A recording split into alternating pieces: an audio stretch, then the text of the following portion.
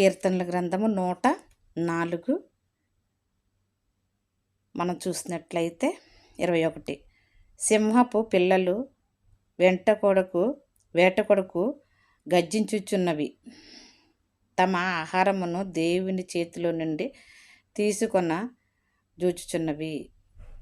ప్రియులారా, మరి సింహపు పిల్లలు కూడా ఆహారము దేవుని చేతిలో నుండే మరి తీసుకుంటానికి ఆశపడుతున్నాయని దేవుడు మనకి ఇక్కడ తెలియచేస్తూ ఉన్నాడు. ఎంత గొప్ప ప్రియులారా. కాబట్టి మనము కూడా దేవుడి మీద ఆధారపడి దేవుని కొరకి మనం కనిపెట్టి ఎదురు చూసినప్పుడు దేవుడు నిజంగా మనల్ని పోషించేవాడుగా మరి ఉన్నాడు. అలాగే మత్తయి సువార్త మరి 6లో మనం చూసినట్లయితే, ఆకాశ పక్షుల్ని చూడుడి, అవి విత్తవు, కొయ్యవు, కొట్టుల్లో కూర్చుకునవు, కానీ మీ పరలోకపు తండ్రి వాటిని పోషిస్తున్నాడు కదా అని దేవుడి వాక్యం మనకి బోధిస్తూ ఉంది. ప్రియులారా, కాబట్టి పక్షుల కంటే మనం ఎంతో శ్రేష్ఠులం. కాబట్టి మనం దేవుడి మీద ఆధారపడాలి, దేవుని కొరకు ఎదురు చూడాలి, దేవుడిని నమ్మాలి, దేవుడిని ఆశ్రయించాలని